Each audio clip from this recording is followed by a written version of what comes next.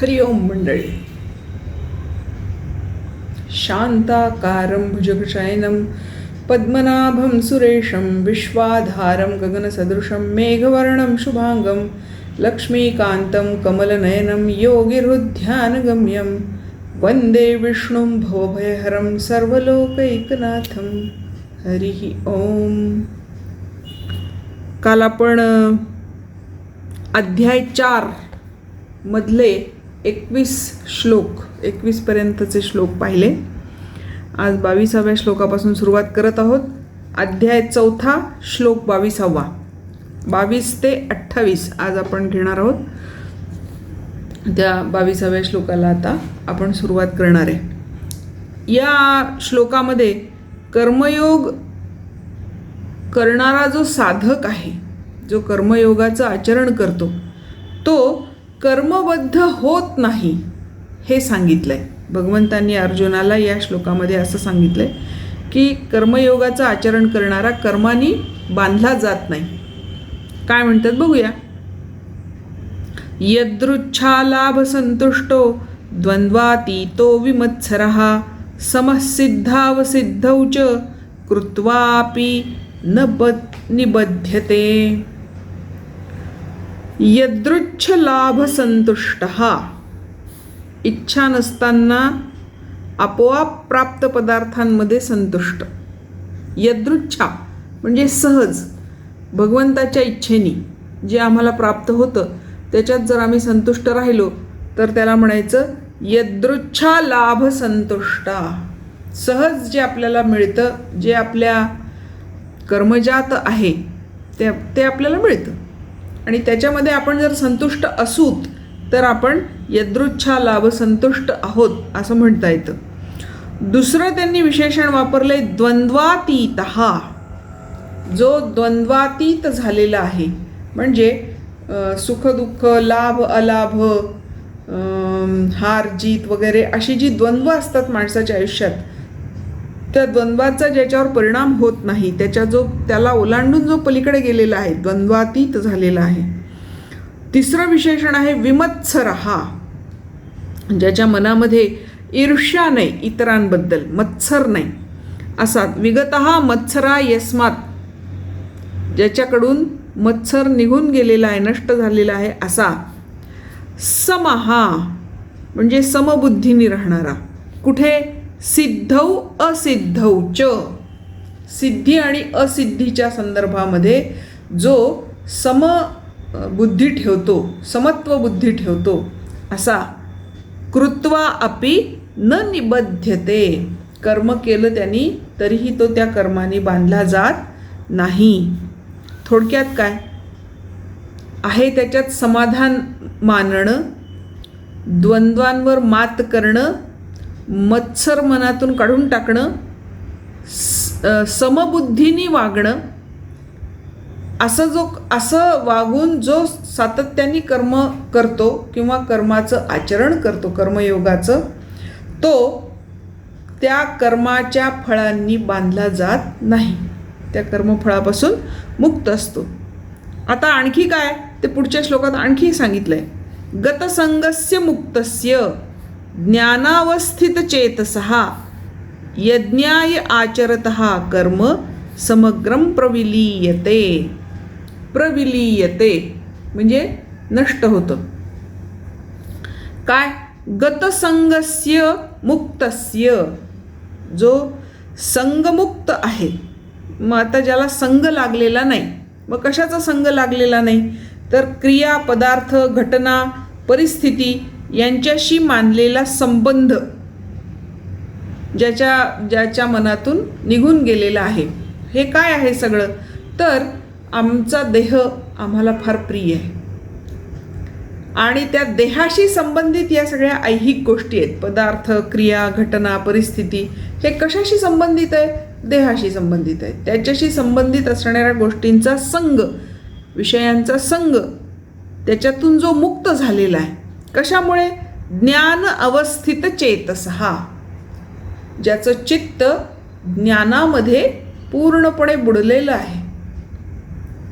ज्ञानामुळे त्याच्या मनामधला संग या सगळ्या गोष्टींबद्दलचा नष्ट झालेला आहे. असा जो आहे यज्ञाय आचरतः कर्म, आणि जो केवळ कर्म म्हणजे यज्ञ आहे किंवा यज्ञार्थच कर्म करतो, म्हणजेच काय समबुद्धीनी कर्म करतो, त्याला त्याचं सगळे कर्मफळं समग्रम प्रविलीयते, सगळी कर्मफळं नष्ट होऊन जातात. आता ज्ञान अवस्थित चेतसः म्हणजे काय, तर ज्याच्या बुद्धीमध्ये स्वरूपाविषयीचं ज्ञान निरंतर जागृत असतं. मी कोण आहे हे ज्याला माहिती असतं, मी परमेश्वराचा अंश आहे, किंबहुना मीच परमेश्वर आहे हे ज्याला माहिती असतं. आता असं नुसतं बोलणं आणि ऐकणं यांनी ते माहिती होत नाही, त्याची प्रत्यक्ष अनुभूती यावी लागते. आणि ज्याला ती अनुभूती येते त्याच्या बाबतीमध्ये हे काहीही राहत नाही शिल्लक, असं त्यांनी सांगितलं आहे. सगळं समग्र निघून जातं. याच्याबद्दल ज्ञानेश्वर काय म्हणतात बघा. अकाळीची अभ्रेजैशी उर्मी विण आकाशी हरपती आपैशी उदयिली शांती. ज्याप्रमाणे अवकाळी ढग येतात, उर्मी विण आकाशी म्हणजे त्याचं येण्याचं काही प्रयोजन नसताना ते आकाशामध्ये येतात. हरपती आपैशी आणि आपोआपच निघून जातात. त्याप्रमाणे हा जो यज्ञाय आचरतः ज्ञान अवस्थित चेतसः असणारा माणूस, त्याच्या मनामध्ये हा संग त्या अवकाळी ढगांसारखा कधीतरी येतो आणि निघूनही जातो. त्याचा कुठेही काहीही परिणाम सोडत नाही. तैसी विधिविधाने विहिते जरी आचरितो समजते तरी तिये ऐक्यभावे ऐक्याते पावतीची गा. तो विधिविधाने विहिते म्हणजे विधीने ब्रह्मदेवानी ज्याप्रमाणे उपदेश केला त्याप्रमाणे, म्हणजे शास्त्रांनी सांगितलेल्याप्रमाणे कर्म करीत असला तरी तिये ऐक्यभावे ऐक्याते पावतीची गा. त्याची सगळी कर्म ही भगवंताशी ऐक्यभावानी भगवंतालाच समर्पित होतात, भगवंतामध्ये एकरूप होऊन जातात. म्हणजे त्याच्याजवळ पुन्हा काही शिल्लक राहत नाही. कर्म कोणी केलं, या देहानी केलं, परंतु कसं केलं, यज्ञ भावानी केलं किंवा मुक्त संग राहून केलं किंवा ज्ञान अवस्थित चित्तानी केलं, तर मग ते कर्म आपलं कर्मच राहत नाही, असं भगवंत अर्जुनाला सांगतात. म्हणजेच काय की अर्जुना, तुला प्राप्त झालेलं हे जे कर्म आहे युद्धकर्म, हे तू कसं कर, तर यज्ञभावनेनी कर. त्या कर्माचा तुला संग लागणार नाही अशा पद्धतीने कर. मी कोण आहे हे जाणून घे, म्हणजे तुला त्या कर्माचा संग लागणार नाही, हे या श्लोकातून अर्जुनाला समजावण्याचा प्रयत्न केला आहे. आता पुढे 24व्या श्लोकापासून ते 30व्या श्लोकापर्यंत साधन भिन्नता म्हणजे विविध साधनांचे यज्ञरूपाने वर्णन येत आहे. आपल्या मागच्या एका श्लोकामध्ये आपण पाहिलं होतं, त्याला ज्ञानेश्वरांनी एक उदाहरण दिलं होतं की एखाद्याला जर मुक्ती पाहिजे असेल तर तो पक्षाप्रमाणे एका झापेत ती मिळवू शकतो. पण अनेक लोक असे असतात की ज्यांना ती अशी एक झेप घेतली आणि मुक्ती प्राप्त झाली असं होत नाही. त्यांना ती क्रममुक्ती, सद्योमुक्ती आणि क्रममुक्ती असे दोन मुक्तीचे प्रकार आहेत. सद्योमुक्ती म्हणजे त्वरित, ज्यांचं पूर्वजन्मी अध्यात्म विकसित झालेलं आहे, चरमपदाला पोहोचलेलं आहे, ते लोक या जन्मामध्ये अगदी त्वरित मुक्ती प्राप्त करतात. जसं ज्ञानेश्वर आणि ही चारी भावंड ज्ञानेश्वरांची सगळी मिळून त्यांना सद्योमुक्ती प्राप्त झाली. पण आमच्यासारख्या सामान्य लोकांना क्रममुक्तीच हा मार्ग आहे. आणि ती क्रममुक्ती कशी मिळते, तर तुम्ही आत्म्याचा विकास जसा जसा कराल, निदान आम्हाला इतकं तरी आत्ता कळलं पाहिजे की आम्ही सत्संग केला पाहिजे, आम्ही सद्ग्रंथ वाचले पाहिजेत, ही त्याची सुरुवात आहे. आणि मग हळूहळू त्याप्रमाणे वर्तन केलं पाहिजे. मग त्याप्रमाणे आम्हाला एखादा गुरु मिळाला पाहिजे, त्यांनी उत्तम प्रकारे आपल्याला उपदेश केला पाहिजे. अशा क्रमाक्रमाने पायऱ्यांनी आपण ती मुक्ती प्राप्त करतो. तर सद्योमुक्ती आणि क्रममुक्ती याच्यातला फरक जो आहे तो कशामध्ये आहे? दोन्ही.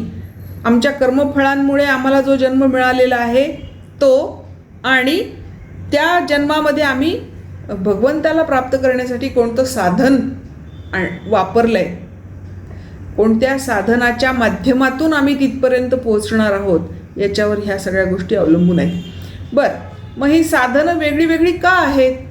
तर त्याचं कारण पुन्हा तेच आहे की मागच्या जन्मांमध्ये केलेल्या कर्मांची जी फळं आहेत त्या फळानुसार आम्हाला या जन्मामध्ये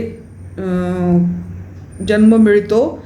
आणि मग या जन्मात आमचा स्वभाव, आमची प्रकृती जशी असेल तसं साधन आम्ही निवडतो. मग व्यक्ती तितक्या प्रकृती, जेवढी माणसं आहेत तेवढे स्वभाव आहेत. त्या प्रत्येकाच्या स्वभावानुसार तो प्रत्येकजण आपलं आपलं वेगळं साधन निवडतो आणि परमेश्वराला प्राप्त करण्याचा प्रयत्न करतो. म्हणून इथे वेगवेगळ्या साधनांचं यज्ञरूपाने वर्णन केलेलं आहे. यज्ञ म्हणजे काय? पुन्हा परमेश्वराला प्राप्त करण्यासाठी केलेली साधना किंवा कर्म, त्याला इथे यज्ञ म्हणलेलं आहे. अशी कोणकोणती कर्म आहेत त्याचं एकेका श्लोकामध्ये त्यांनी वर्णन केलेलं आहे. आता 24वा श्लोक आपण आता आधी बघू. 30व्या श्लोकापर्यंत हे वर्णन आपल्याला बघायचं आहे पुढे.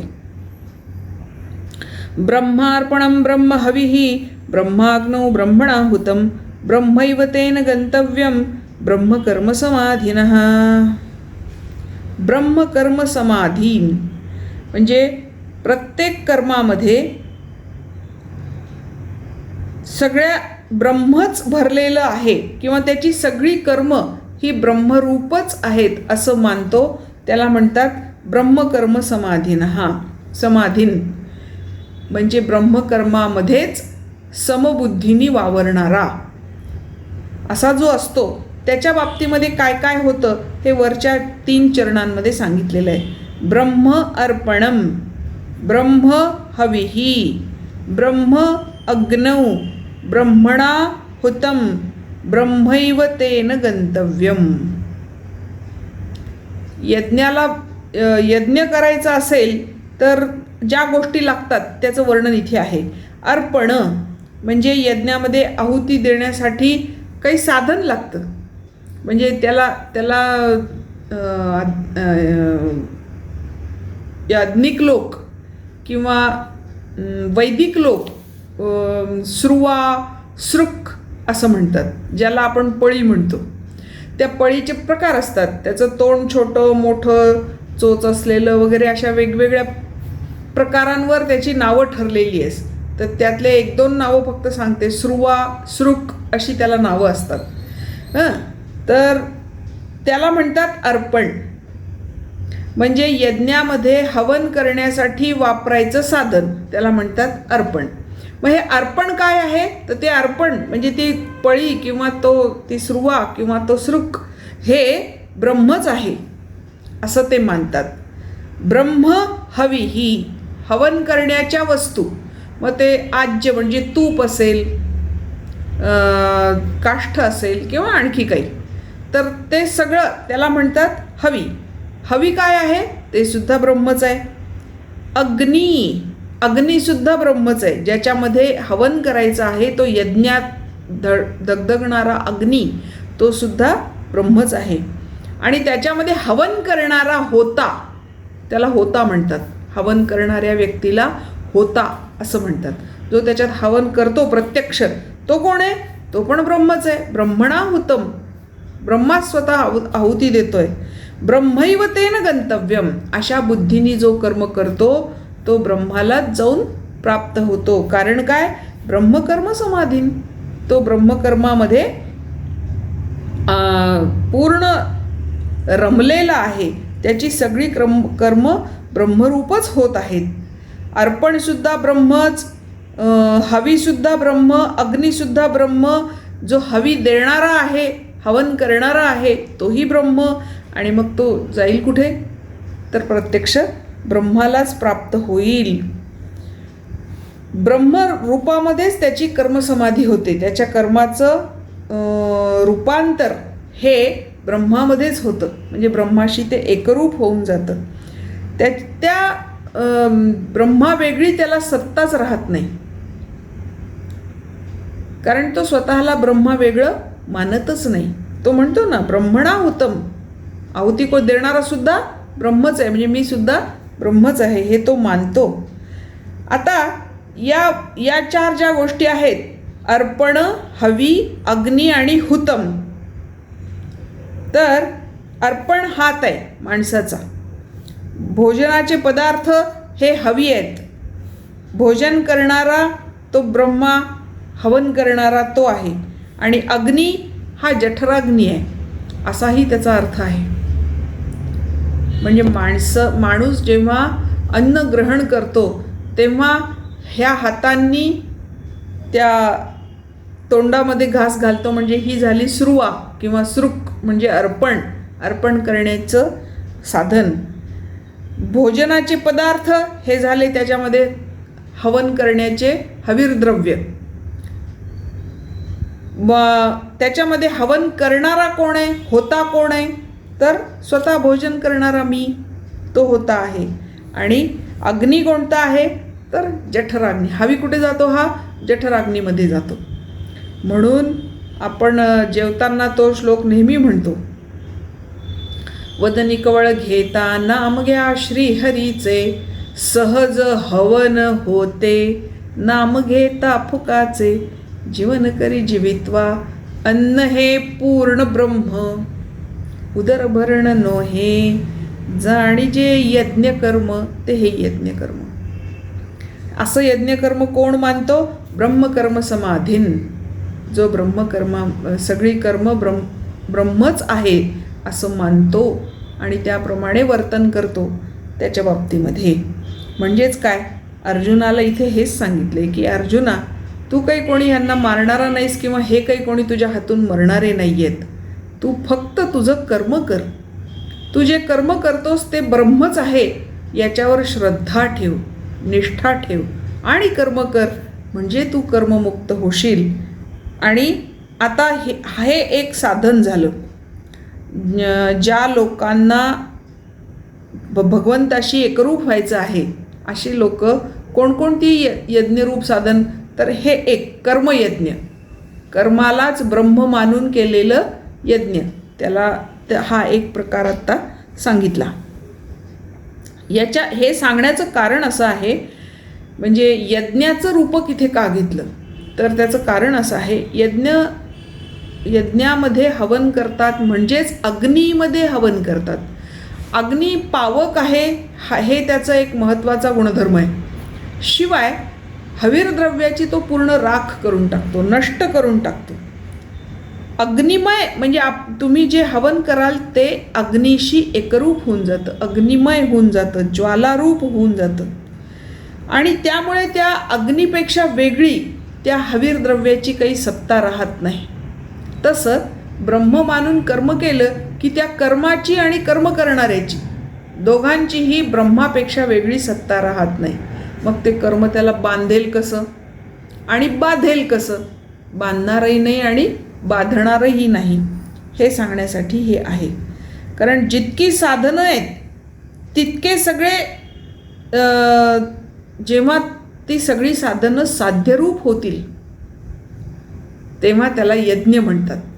म्हणजे मी कर्म करत असताना ते कर्मच जर माझं साध्य झालं म्हणजेच ब्रह्म झालं, ब्रह्म माझं साध्य आहे आणि कर्मच ब्रह्म झालं म्हणजे कर्मच साध्य झालं, म्हणजे माझा यज्ञ पूर्ण झाला असं समजावं, असं त्यांनी इथे समजावून सांगितलेलं आहे. आता पुढचा श्लोक 25वा. आता या 25व्या श्लोकामध्ये 2 प्रकारच्या यज्ञांचं वर्णन आहे, देवयज्ञ आणि ज्ञानयज्ञ. बघा, दैवम एव अपरे यज्ञम योगिनः पर्युपासते, ब्रह्माग्नावपरे यज्ञम यज्ञे नैवोपजुह्वति. आता उपजुह्वति म्हणजे यज्ञामध्ये हवन करतात. हं? कशाचं? दैवम एव अपरे यज्ञम. काही लोक इतर, पहिला एक प्रकार पाहिला आम्ही, ब्रह्माग्नौ ब्रह्मणाहुतम वगैरे, त्यांच्यापेक्षा वेगळे इतर लोक जे आहेत ते काय करतात?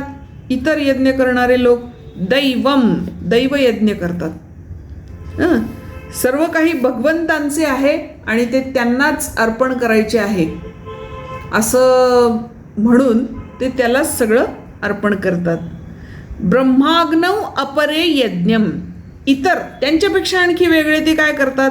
ब्रह्मरूपी अग्नीमध्ये सगळं काही हवन करून टाकतात. म्हणजेच ब्रह्मरूपी अग्नीमध्ये सगळं अर्पण करून टाकतात. ब्रह्म्याला, भगवंताला सगळं काही अर्पण करून टाकतात. ईश्वर प्रणिधान त्याला म्हणतात. सर्व काही भगवंताला अर्पण करून टाकणे, स्वतःला सुद्धा भगवंताला देऊन टाकणे. खरं म्हणजे आपण देणारे नाहीच, त्याचेच आहोत.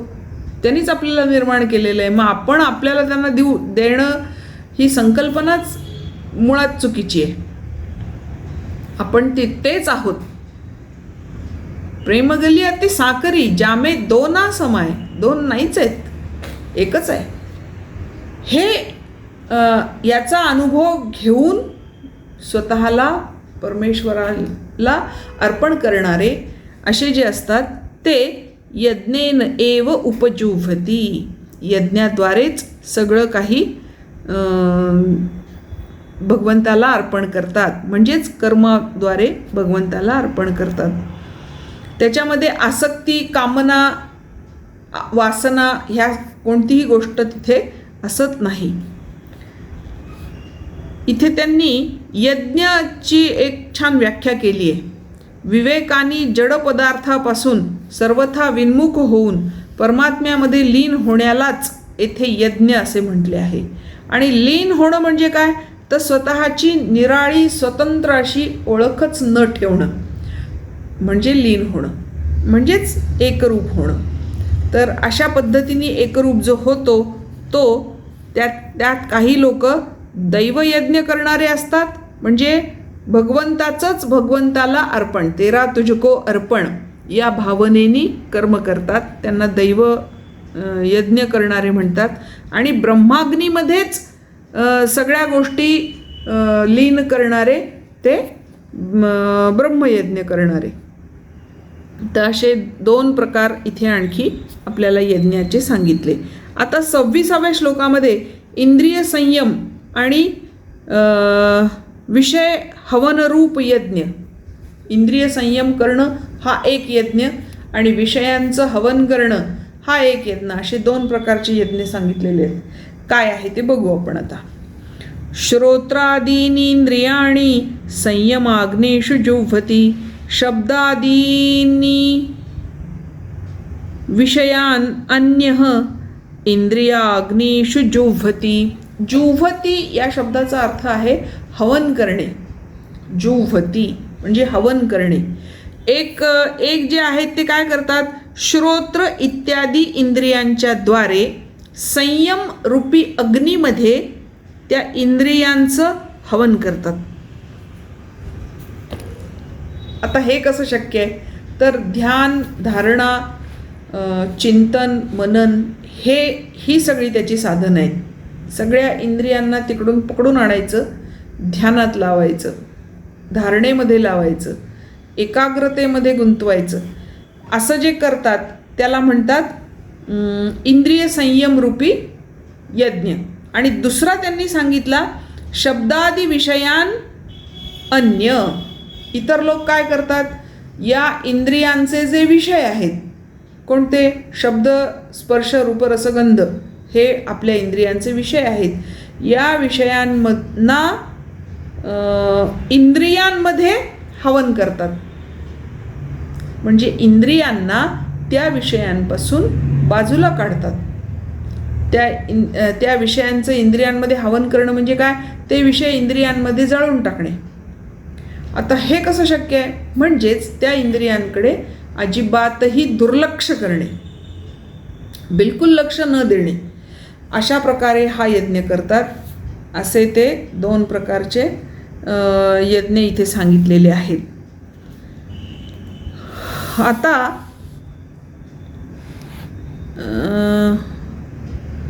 थोडक्यात इंद्रिय विकाररहित करणं आणि इंद्रिय विषयरहित करणं असे 2 प्रकार या ठिकाणी होतात. आता याबद्दल ज्ञानेश्वर काय म्हणतात एकदा बघूया. एक संयमाग्निहोत्री ते युक्तत्रयाच्या मंत्री यवन करीती पवित्री इंद्रिय द्रव्यी. एक संयमाग्निहोत्री, संयमरूपी अग्नीमध्ये हवन करून युक्तित्रयाच्या मंत्री. ते हवन करत असताना मंत्र कोणता म्हणतात? युक्तित्रयाचा मंत्र म्हणतात. युक्तित्रय म्हणजे काय? काया, वाचा आणि मन या तीन लोकांना शांत करून, शरीर, वाणी आणि मन या तिघांचं शमन करून, नियमन करून यवन करीती पवित्री, आणि मग त्याच्यामध्ये पवित्र हवीर द्रव्याचं, इंद्रियरूपी द्रव्याचं हवन करतात. एका वैराग्य रवी विवळे तव संयती विहार केले ते अपावृत्त जाहले इंद्रियानळ. एका वैराग्य रवी विवळे, एकामध्ये वैराग्य सूर्य प्रकटला, वैराग्यरूपी सूर्य प्रकटतो. तव संयती विहार केले, त्याने संयम म्हणजे मनाचं नियमन हेच राहण्याचं ठिकाण केलं. तिथे अपावृत्त जाहले, तिथे सिद्ध झालं काय? इंद्रियानळ. तिथे इंद्रियरूपी अग्नी किंवा इंद्रियाग्नी तिथे सिद्ध झाला. मग काय केलं? त्याच्यानंतर इंद्रियाग्नी सिद्ध झाल्यावर तीही विरक्तीची ज्वाळा घेतली. तिथे विरक्तीच्या ज्वाळा धडाडून पेटल्या. तव विकारांची इंधने पळीपली, ते पाहून विकाररूपी इंधन जे होतं ते आणखी पेटलं. इंधनाचं गुणधर्म पेटणे, त्याला थोडी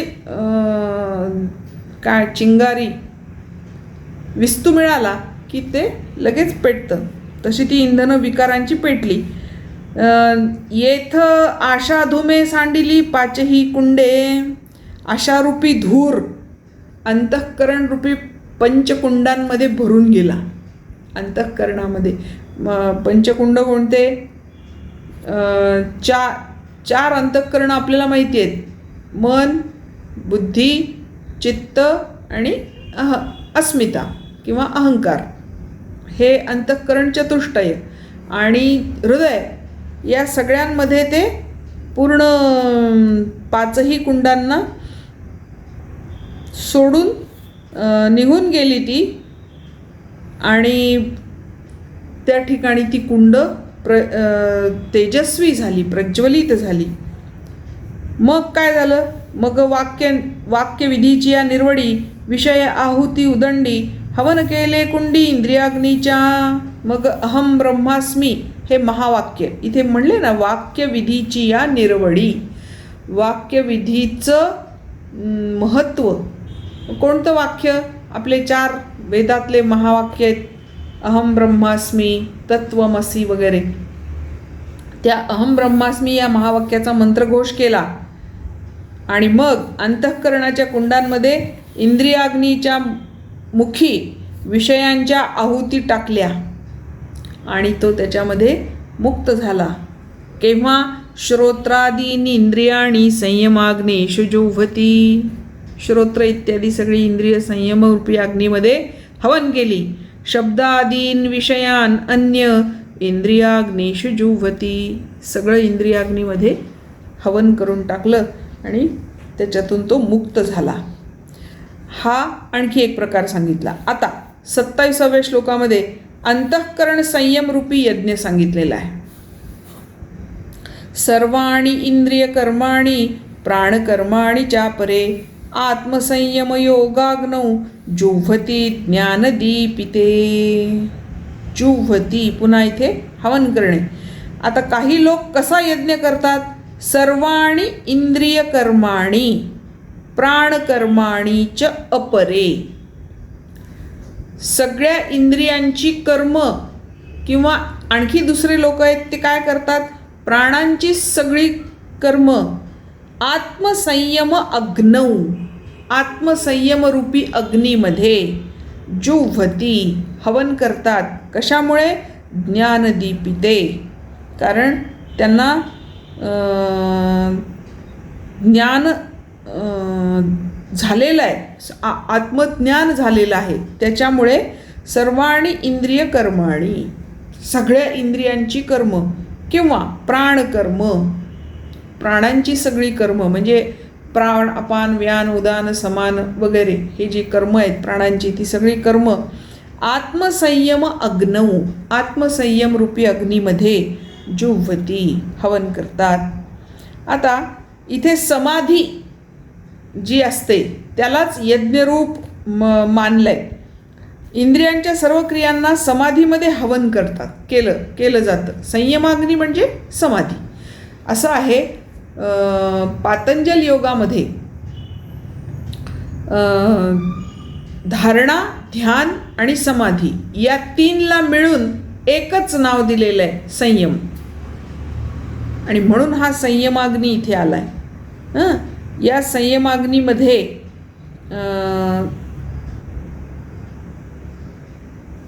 सर्व इंद्रियांच्या क्रिया शांत होतात, थांबून जातात. इंद्रिय क्रिया करणं थांबवतं. प्राणांच्या क्रियासुद्धा थांबतात. म्हणजे त्यालाच आपण कुंभक म्हणतो. ना तो आत येतो ना बाहेर जातो, आहे तिथेच थांबून राहतो. अशा प्राणांच्या क्रियासुद्धा थांबतात. आणि केव्हा? ज्ञानदीपिते, म्हणजे ज्ञानाग्नीनी अज्ञानरूपी अंधार प्रकाशमय होतो. म्हणजे अंधार तिथला पळून जातो ज्ञानरूपी अग्नीच्या उजेडामुळे, प्रकाशामुळे. आणि मग सच्चिदानंद घन परमात्मा संपूर्णपणे सर्वत्र भरलेला आहे अशी अनुभूती येते आणि माणूस त्या ठिकाणी थांबतो. आता याच्याबद्दल ज्ञानेश्वर काय म्हणतात बघा. तेथ सोहम मंत्रे दीक्षिती, इंद्रिय कर्मांची आहुती, तिये ज्ञानानळी प्रदीप्ती दिधलिया. तेथ सोहम मंत्रे दीक्षिती, सोहम तोच मी आहे या मंत्राची ते दीक्षा घेतात.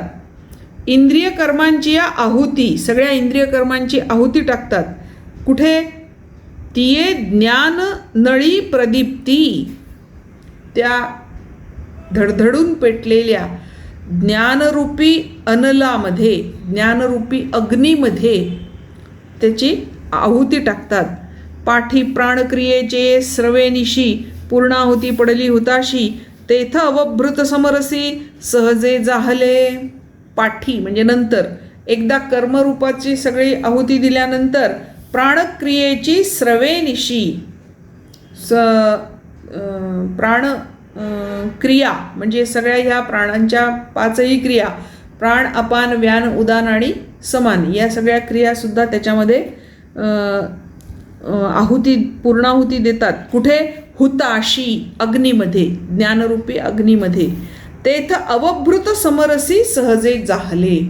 आणि मग हा सगळा यज्ञ पूर्ण झाल्यावर, पूर्ण आहुती झाल्यानंतर असा एक नियम आहे की यज्ञ करणाऱ्यांनी नंतर स्नान करायचं असतं. त्याला अवभृत स्नान म्हणतात. म्हणजे यज्ञ पूर्ण झाल्यानंतर केलेलं स्नान. तर ते स्नान झालं म्हणजे यज्ञ चांगल्या पद्धतीने पार पडला. यज्ञाचं जे काय फळ आहे ते त्याला मिळालं असा त्याचा अर्थ होतो. तर त्या अर्थाने इथे आलंय अवभृत समरसी जाहले, सहजे जाहले, सहजच त्यांना ते अवभृत स्नान घडल्यासारखं आहे. मग आत्मबोधीचे सुख जे संयमाग्नीचे हुतशेख, तोची पुरोडाशु देख घेतला तिही. आत्मबोधीचे सुख, त्याच्यानंतर काय? आत्मानंदाचं सुख आहे, आत्मबोधाचं सुख आहे, आत्मज्ञानाचं सुख त्यांना मिळालेलं आहे. कशाचं? संयमाग्नीचे हुताशेख, जे त्यांनी संयमरूपी अग्नीमध्ये हवन करून टाकलेलं आहे आणि त्याचं शिल्लक उरलंय.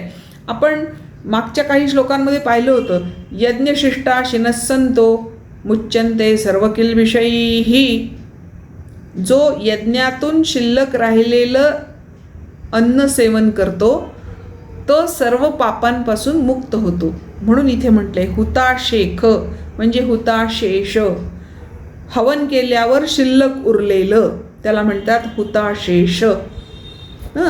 हवन संयमाग्नीमध्ये हवन करून जे शिल्लक उरलं तोची पुरोडाशू देख, त्याला पुरोडाश म्हण. मी तुम्हाला ते पण सांगितलं होतं की सबंध साळी किंवा जवाची चपटी भाकरी करतात आणि ती त्या यज्ञवेदीवरच भाजतात, कारण ती यज्ञवेदी खूप गरम झालेली असते.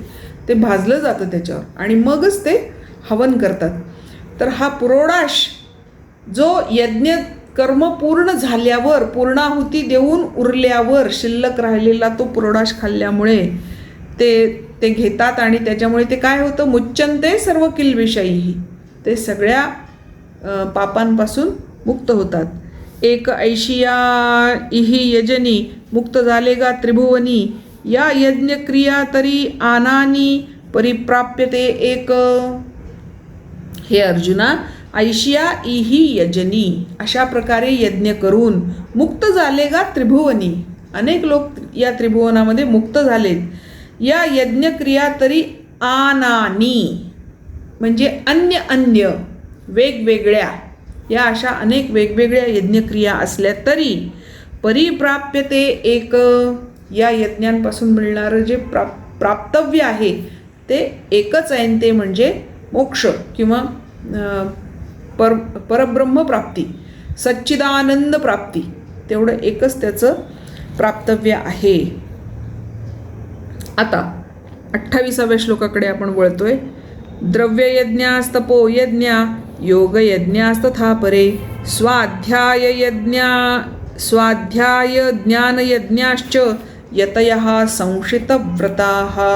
द्रव्ययज्ञ, ज्यांच्याकडे द्रव्य आहे ते द्रव्ययज्ञ करतात. द्रव्य म्हणजे संपत्ती किंवा आणखी काही दुसऱ्या क्षमता ज्यांच्यामध्ये आहेत ते. म्हणजेच काय, कुणी शाळा बांधून देतं, कुणी पिण्याची पाण्याची विहीर बांधून देतं, कुणी सरोवर बांधून देतं, कोणी मंदिर बांधून देतं, कोणी दवाखाना बांधून देतं आणि लोककल्याणासाठी ते अर्पण करतं. याला म्हणतात द्रव्ययज्ञ. या द्रव्ययज्ञामध्ये जर निस्वार्थपणाची, परोपकाराची भावना असेल तर तो यज्ञ होतो. आता याचं एक अतिशय ज्वलंत उदाहरण आपल्यासमोर आहे. अहिल्याबाई होळकर यांनी किती मंदिरांचा जीर्णोद्धार केला, किती नवीन मंदिरं बांधली, किती लोकांना पिण्याच्या पाण्याची सोय करून दिली, किती ठिकाणी, हे आपण पाहिलेलंच आहे. तर या सगळे अशा ज्या पद्धतीला म्हणतात द्रव्ययज्ञ. दुसरं म्हणलंय त्यांनी तपोयज्ञ, म्हणजे तपाचरणामुळे निर्माण होणारा यज्ञ किंवा कार्य. स्वधर्माचं पालन करत असताना ज्या ज्या अडचणी येतील त्या अडचणींवर हसत हसत मात करून आपलं ध्येय प्राप्त करणं, याला म्हणतात तपोयज्ञ. तप करणं म्हणजे जंगलात जाऊन उभं राहणं नाही.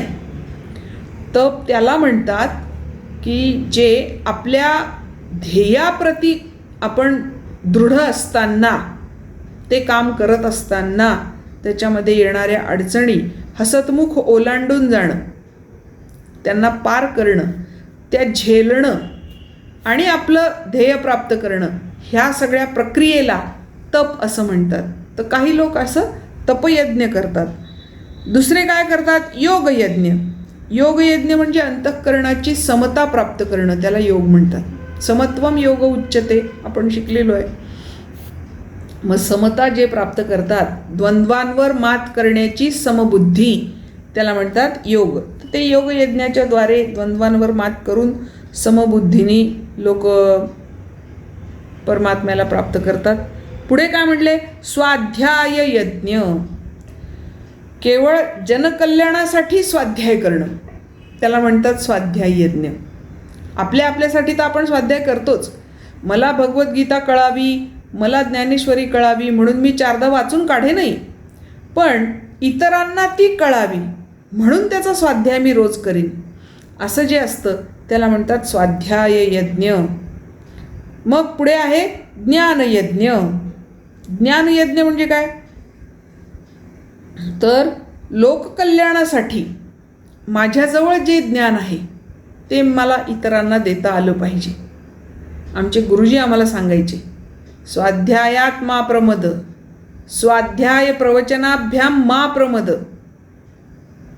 जे जे आपण अशी ठावे ते ते इतरांशी सांगावे. हा झाला ज्ञानयज्ञ. यतयः संशितव्रतः. यती लोक जे असतात ते संशित व्रत म्हणजे या सगळ्या व्रतांची प्रशंसा करणारे असतात. मग आता महाव्रत कोणते? तर जे आपल्याला यम सांगितलेले आहेत ना पातंजल योगामध्ये, ते 5 यम, अहिंसा, सत्य, अस्तेय, ब्रह्मचर्य आणि अपरिग्रह, हे 5 यम आहेत. आणि हे 5 यम म्हणजे ही 5 महाव्रत आहे. अहिंसा म्हणजे काया वाचा मने हिंसा न करणे, सत्य म्हणजे सत्याचं आचरण करणे, अस्तेय म्हणजे चोरी न करणे, ब्रह्मचर्य म्हणजे संपूर्ण संयम सांभाळणे, आणि अपरिग्रह म्हणजे कशाचाही संग्रह न करणे. ही 5 महाव्रत आहेत. या 5ही महाव्रतांची जे प्रशंसा करतात त्यांना संशित व्रताः यतयः, संशित व्रती असे योगी असं म्हटलं जातं. तर अशा पद्धतीने हे वेगळे वेगळे यज्ञ चालू असतात आणि यज्ञ करत असतात लोक. आणि ते कशासाठी? तर अर्थातच श्रेयसाच्या प्राप्तीसाठी. इथे या श्लोकाचं तात्पर्य इतकं छान सांगितलंय. गीतेचा स्वाध्याय हाच ज्ञानयज्ञ आहे.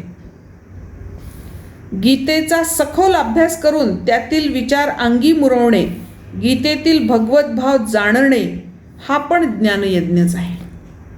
म्हणजे इतरांना पण सांगाच, पण स्वतः त्याचा स्वाध्याय करून त्याची अनुभूती घेण्याचा प्रयत्न करणे, हाही ज्ञानयज्ञ आहे. आणि तो आपल्याला जर करता आला तर आपल्यासारखे भाग्यवान दुसरे कोणी नाही. मंडळी, आज आपण इथे थांबूया. आज आपण 22व्या श्लोकापासून 28व्या श्लोकापर्यंत पाहिलंय. 4था अध्याय आहे.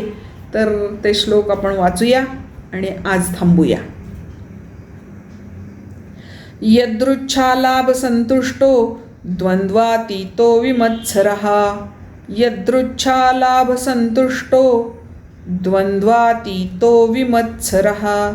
समः सिद्धावसिद्धौ च कृत्वापि न निबध्यते. गतसंगस्य मुक्तस्य ज्ञानावस्थितचेतसः यज्ञायाचरतः कर्म समग्रं प्रविलीयते. ब्रह्मार्पणं ब्रह्म हविः ब्रह्माग्नौ ब्रह्मणाहुतं. ब्रह्मैव तेन गन्तव्यं ब्रह्मकर्मसमाधिना. दैवमेवापरे यज्ञं योगिनः पर्युपासते. ब्रह्माग्नावपरे यज्ञं यज्ञेनैवोपजुह्वति. श्रोत्रादीनीन्द्रियाणि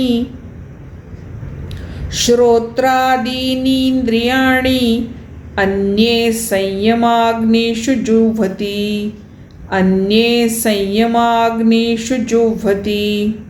शब्दादीन् विषयानन्य इंद्रियाग्निषु जुह्वति सर्वाणि इंद्रियकर्माणि प्राणकर्माणि चापरे आत्मसंयमयोगाग्नौ जुह्वति ज्ञानदीपिते द्रव्ययज्ञास्तपोयज्ञा योगयज्ञास्तथा परे स्वाध्यायज्ञानयज्ञाश्च यतयः संशितव्रताः. हरिः ओम. आज इथे थांबूया. पुढचा भाग आपण उद्या बघणार आहोत. हरि ओम.